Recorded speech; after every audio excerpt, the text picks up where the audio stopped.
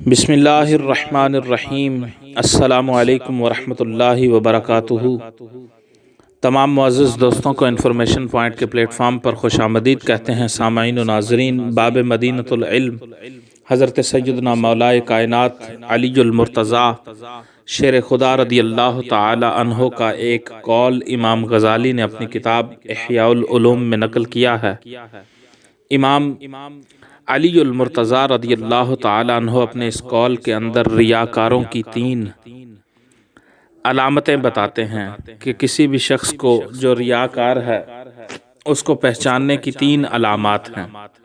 پہلی علامت یہ ہے کہ وہ تنہائی میں سستی کرتا ہے۔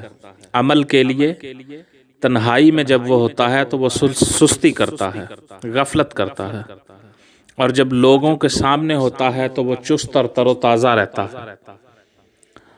اور تیسری علامت آپ نے ریاکار کی یہ بتائی کہ جب اس کی تعریف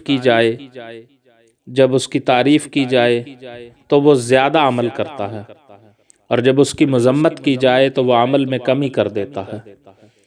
یہ 3 عادتیں اور علامتیں ریاکار کی امام علی المرتضیٰ نے بیان کی ہیں کہ لوگوں کے سامنے چست اور تر و تازہ رہتا ہے، تنہائی میں سستی کرتا ہے، اور جب اس کی تعریف کی جائے تو عمل زیادہ کرتا ہے، اور جب اس کی مذمت کی جائے تو وہ عمل میں کمی کرتا ہے۔